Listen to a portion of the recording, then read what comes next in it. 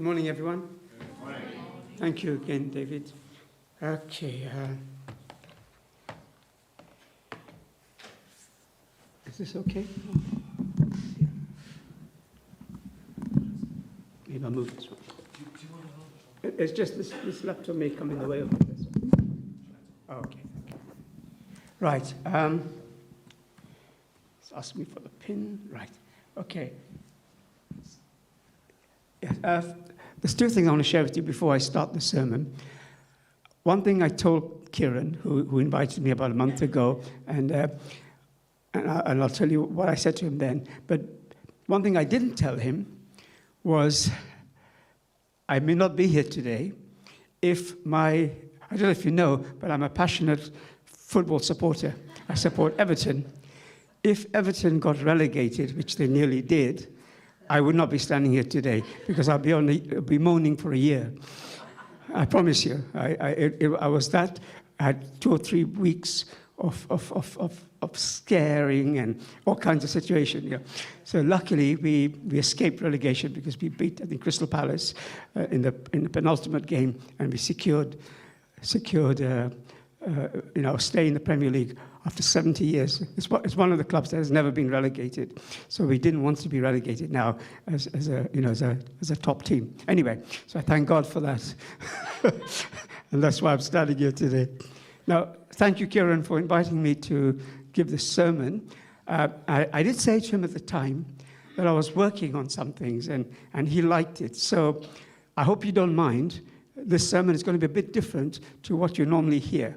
Okay, it's not going to be, like a biblical sermon explaining the Bible or things I've done before, or very much a God-centered one. Not that my sermon is not centered on God, but I won't be talking too much about God today. But I think God is with us, and God is with my family. David mentioned the importance of the family, and I'm going to share a lot, and you're going to learn quite a lot about my family, my physical family. So if you didn't know before, you will know today. Okay, so the sermon title is Looking into the Future. If we go to the next slide. Now, what do you think of this saying? A Buddhist friend of mine, a Buddhist monk friend of mine, Reverend Mangala, sent me this a few weeks ago. And he sends me something every few days. And I personally, I'm not totally happy with it. And I'll read what it says. Just never think hard about the past. It brings tears. Don't think more about the future. It brings fears. Live this moment with a smile.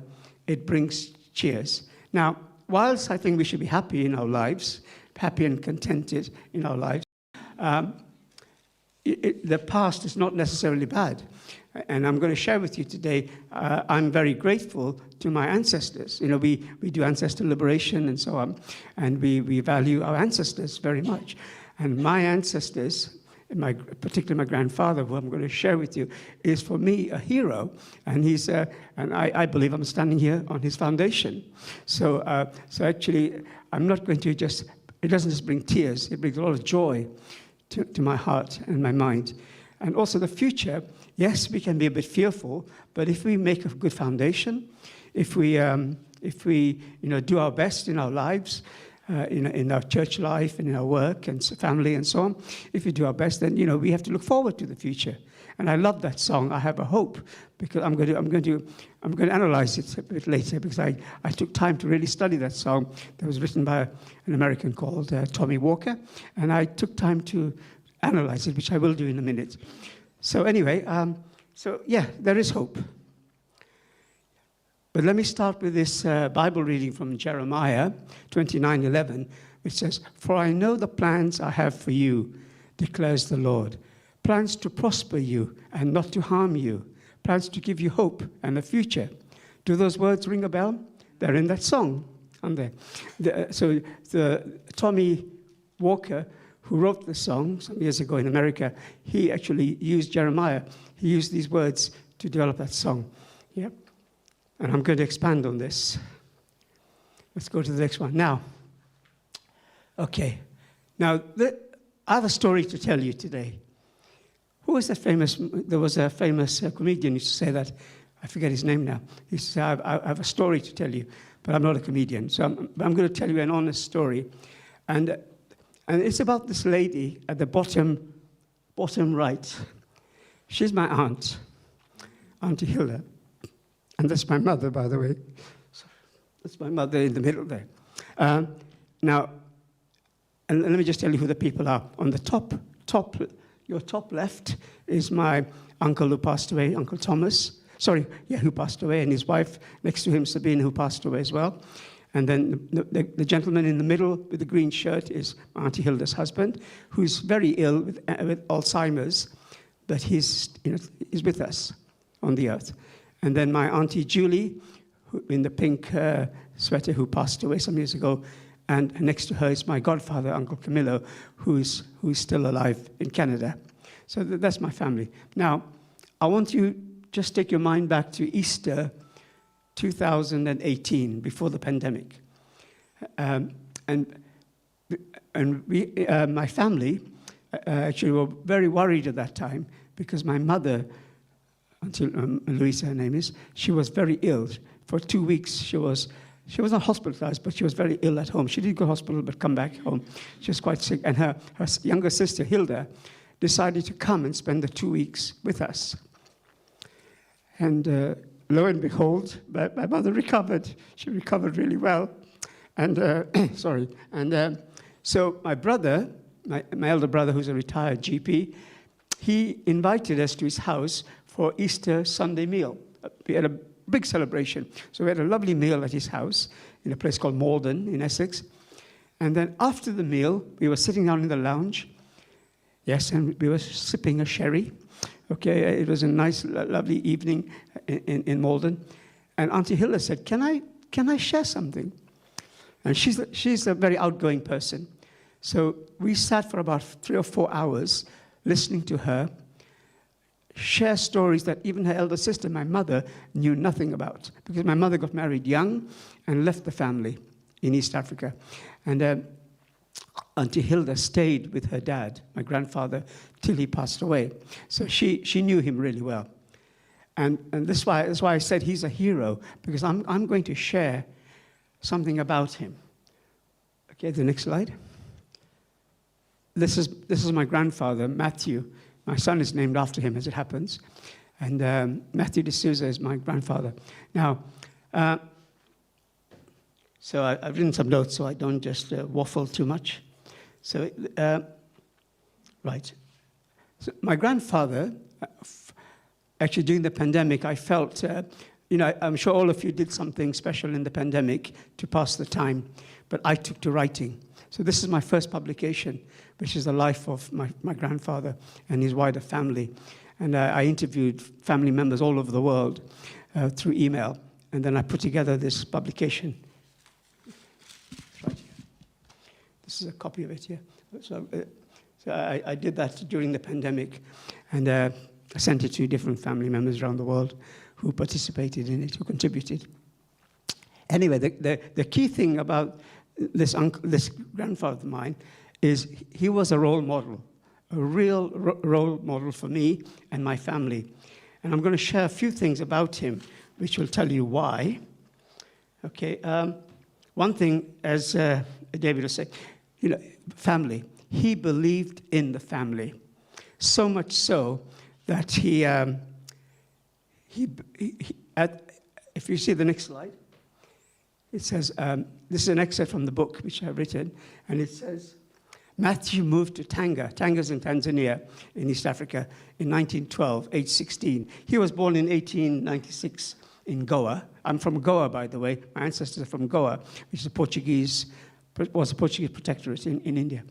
Anyway, Mathew moved to Tanga in 1912, age 16, in order to raise money to build homes for his family members. At the age of 16, he was thinking about his family and looking after them, including our ancestral home, which is a lovely L-shaped building in Tanga, which I remember visiting a few times. He worked many jobs for several years with the help of his uncle, Philip. He learned how to be responsible in saving money and to live within his means. He even supported his grandmother and many other people into going into Africa. If you remember when Africa opened up at the turn of the century, many people from India and other parts went over there to start a new life, to start businesses and so on. Now, my grandfather is the founder, historically the founder of the dining car of the East African Railways and Harbours, which was then the railway system covering Kenya, Uganda, and Tanganyika, which was then Tanzania. And he started the dining car because he was a chef. And so he's well known from that point of view. So, you know, I've stayed at my ancestors' homes a few times. It's a huge, like I said, L-shaped building. And the reason it's L-shaped is because it has 2 floors. It could house 6 families, 1 on each side, you know, on the bottom, and then 3 on the bottom, 3 on the top. So on each side of the building. So there were 6 self-contained flats, if you like, in that building, which my uncle had the vision to build in Tanga. So my grandfather, like I say, he was first of my family. He was a pioneer. He was definitely a pioneer. And even like I said, at the age of 16, he had this vision to do something for the family. So let me move on to the next one. And he was also a bit of a teacher. He gave good advice to his family, to my mum and his children. And this is one of the quotes I found out from my Auntie Hilda. Even if you have fights or squabbles with each other, try not to remain angry for too long, but make sure you make up with each other. Never be ashamed to say, I'm sorry, even if you feel you are not to blame.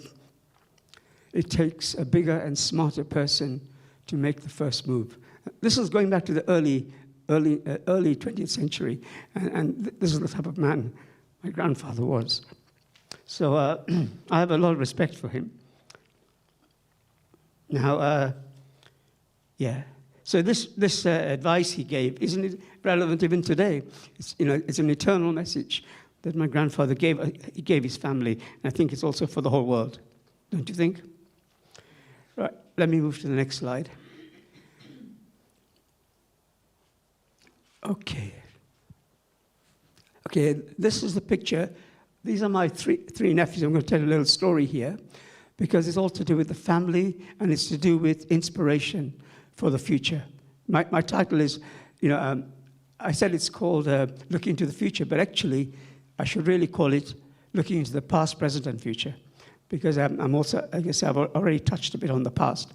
Now, these 3 nephews of mine, from the left to right, youngest to the eldest, Peter, Gregory, and Robert Jr., are the sons of my brother Robert, who was a church member who died at an early age of 32 in London. He died as a junior, as a young doctor. Some of you may know that. He had a serious flu, and a virus got into his heart, and suddenly he died 31 years ago. I checked on it yesterday. Anyway, but he left behind these 3 wonderful sons. When he died, Rob Jr., I call him Rob, was 5, Gregory was 3, and Peter was 1. And I remember one Christmas, I think Christmas of 2018 or 19, before the pandemic, I was at my mum's, and Rob came over with his wife and 2 children, lovely children. He came over, and I presented a copy of this book to her. I just printed all these that time in 2020. And I printed these, and I presented one to Rob. And he said to me, sorry, this is quite emotional for me, so please bear with me. He said, Uncle Marshall, we didn't know our dad, Robert. So I said, okay, leave it with me. I'll write a book about your dad. So I contacted again, like I did for my grandfather. This was my publication too. I didn't actually print it because I felt it was a personal thing for these 3 boys. So I didn't go to the printers, Pronto Print here in Bayswater, and print it. But what I did do, I made a beautiful, PDF with nice pictures and color, and I personally got it printed, and I took it to them. So they each had a copy of a 12-page document about their dad. And I heard from all three of them.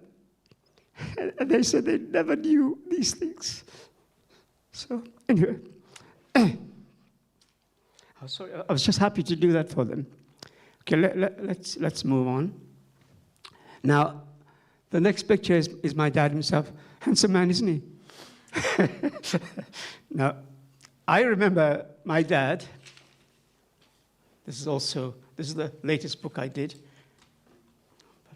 If you can see this. This is the latest one I finished in March.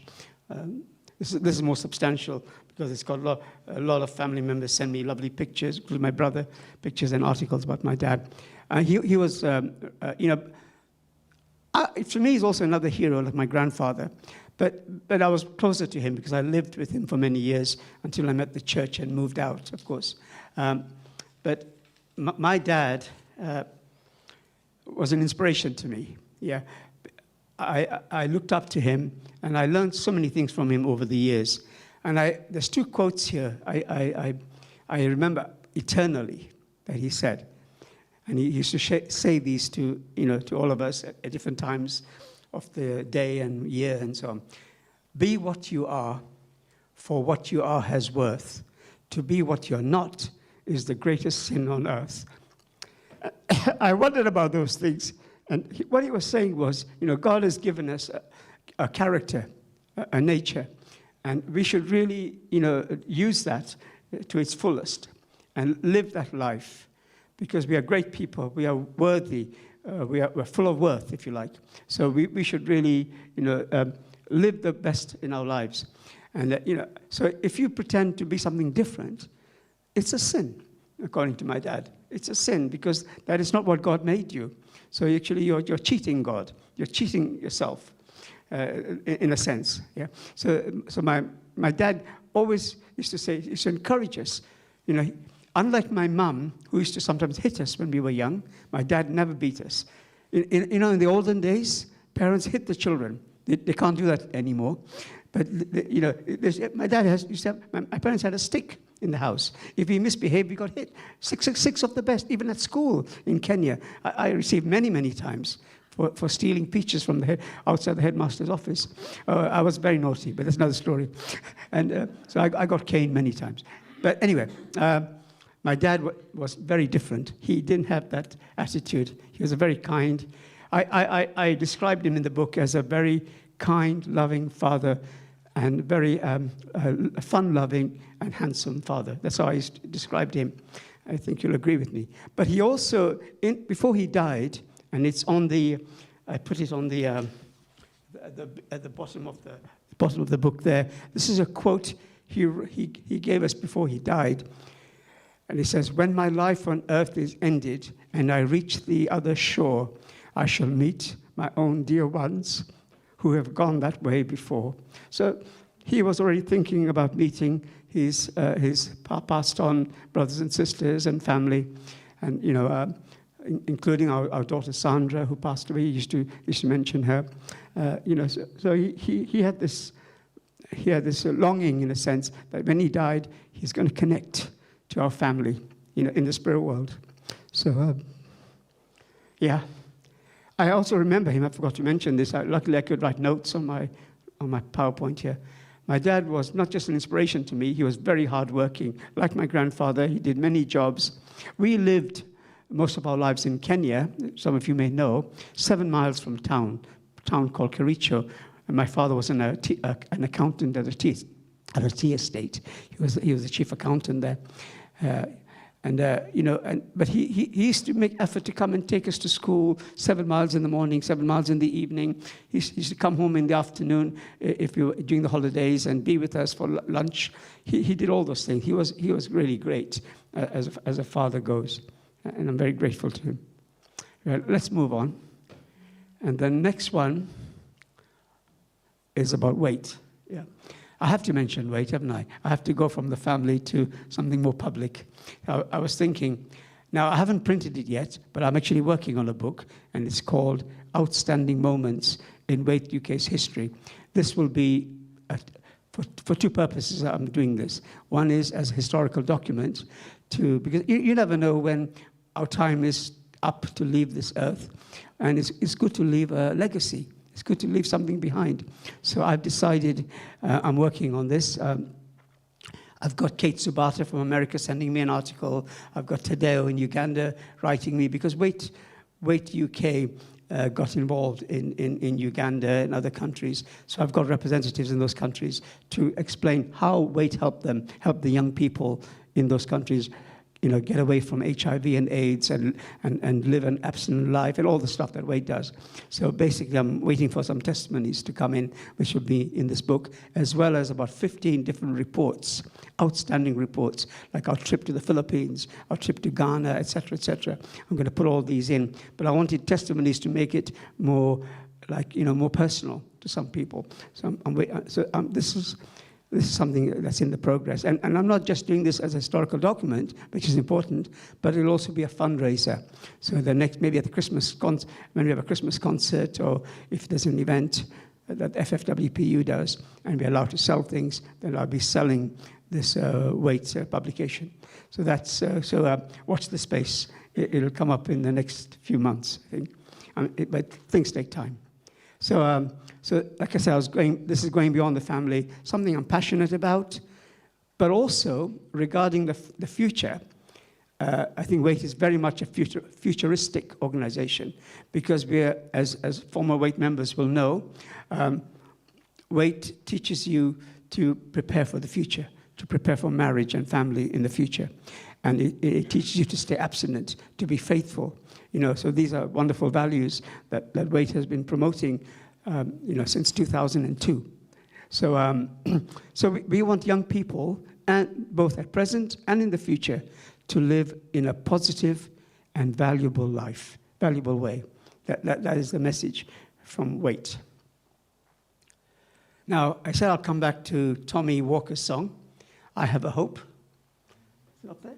Yeah. And the bits in red, or in your case it's orange, is the ones I'm going to focus on. I'm not going to go through all the how many 6 verses were there? I'm not going to go through all of them, but I'm going to touch on the first 3 verses, because I love this song.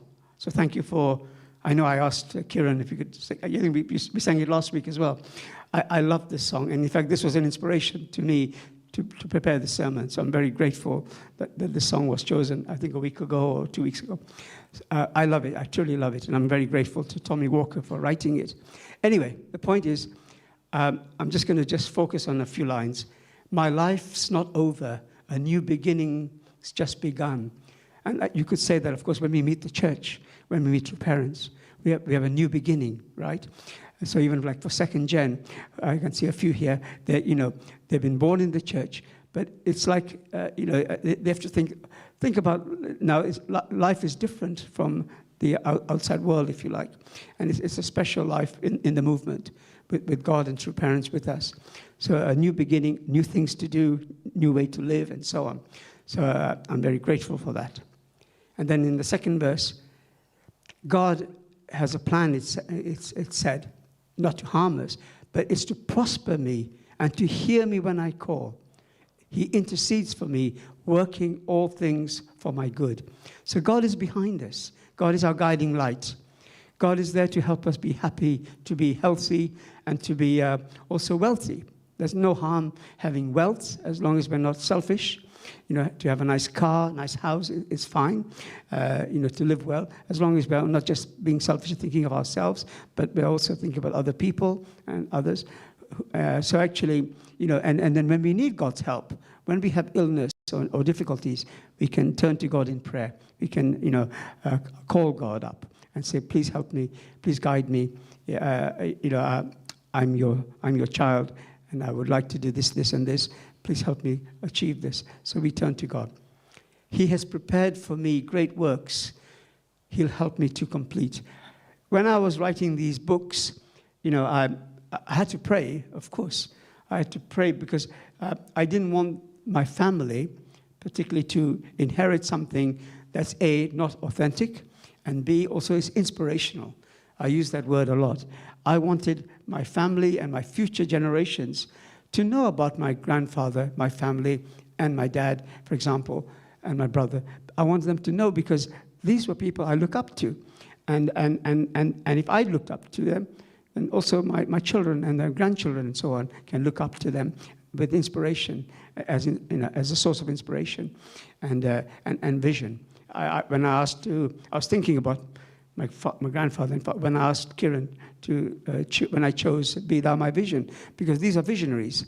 I mean, who in his right mind would leave your home, cross the Indian Ocean to Africa, which is just opening up at the age of 16, and start building houses, doing 10 jobs?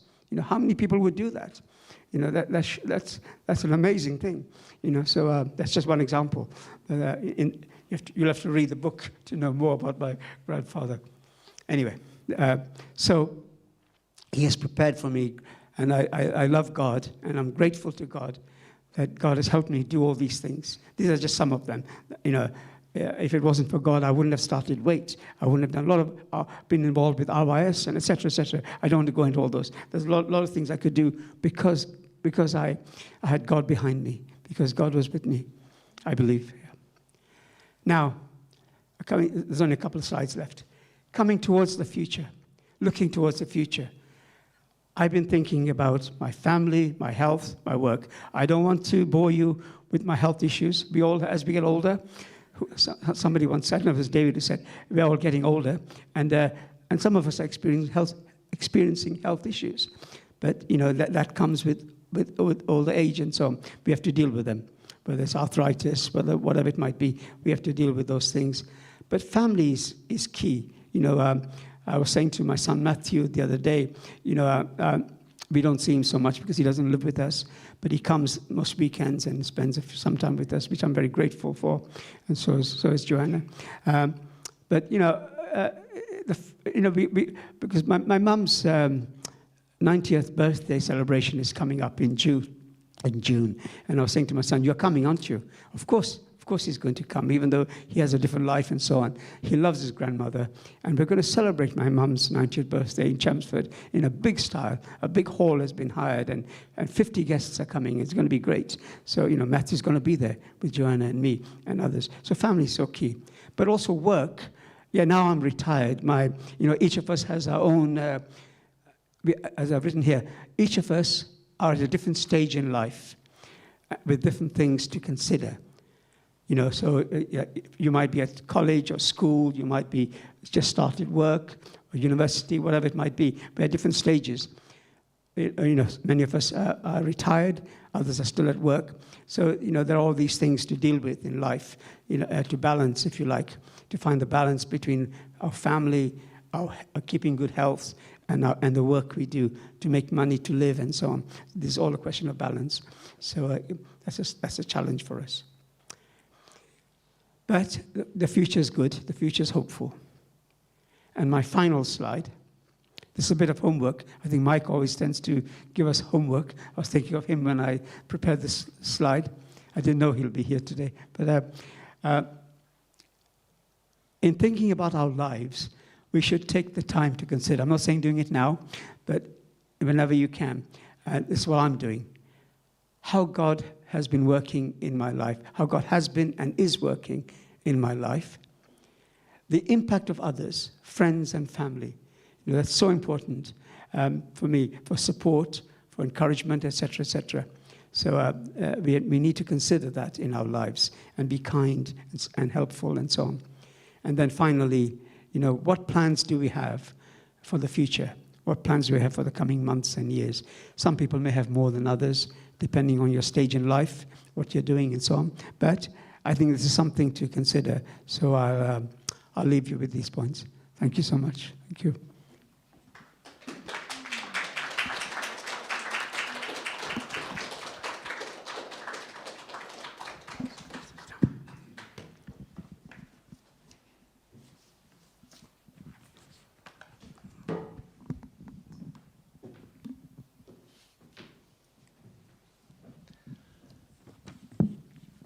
Thank you very much, Marshall.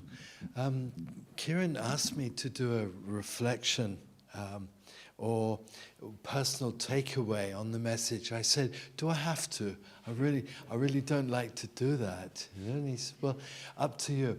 But I thought, I have got a personal reflection. Let's think about the quote, be what you are, for what you are has worth. Now, to me, that's the reversal of the four fallen natures. It's seeing from God's viewpoint. Yeah? Don't believe the negative things about who you are. You are who you are, which is a child of God, which inherently has worth. So could you say with me, yeah, what I am has worth. What I am has worth. And mean it. Meditate on it, contemplate it, become one with that thought. Yeah, and that book which Marshall has been writing, and that next book, and that next book, and that next one, is actually in all of us. I bet St. Paul didn't think he would become a Bible writer. He just thought he was writing emails to his mates in the new churches. Yeah, but he became the Bible. That might be our destiny as well. So let's contemplate quietly for a few minutes.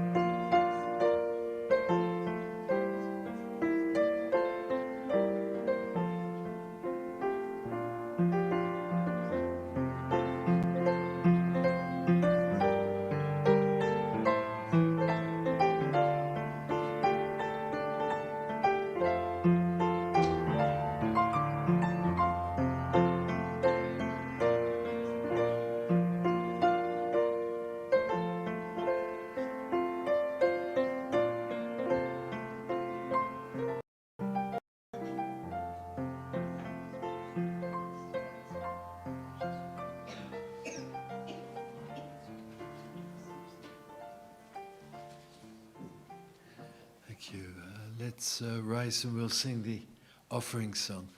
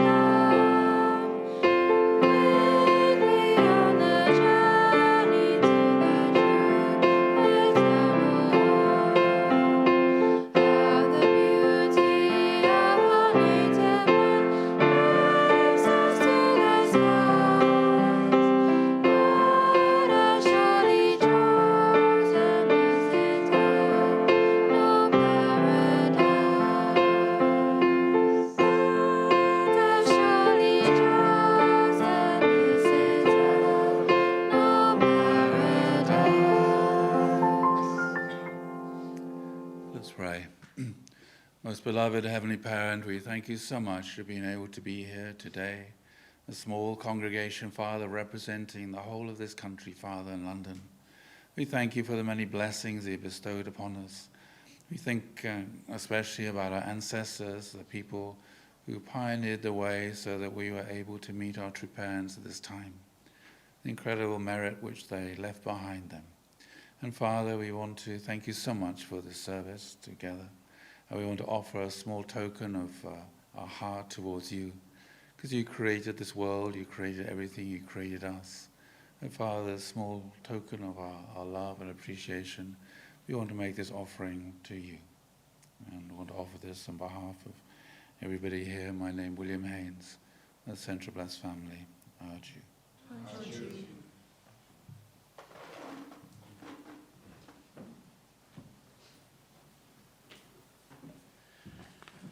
Right, that concludes our service. Thank you very much.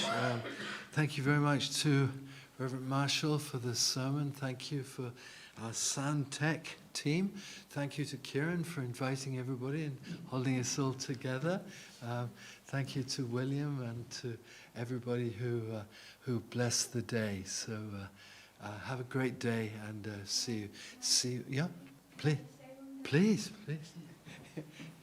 Sorry, it wasn't on the program, but I just felt that I should say something because this is my first Sunday back from Moldova. So I think you saw a lot of what we did practically anyway. If you want to ask me more about that, you're welcome to, and what we're doing moving forward. Yes, you can sit down. You can ask me more about that personally if you want to, but I just wanted to say to the congregation, thank you for investing in that trip, because it was the UK that supported that trip financially. And I don't take it lightly that you did that. And it was a very valuable experience. Tanya, I have something from your spiritual mother for you. And actually, Uncle David, I have something from Tanya's spiritual mother's mother for you. So yes, that's it. Thank you.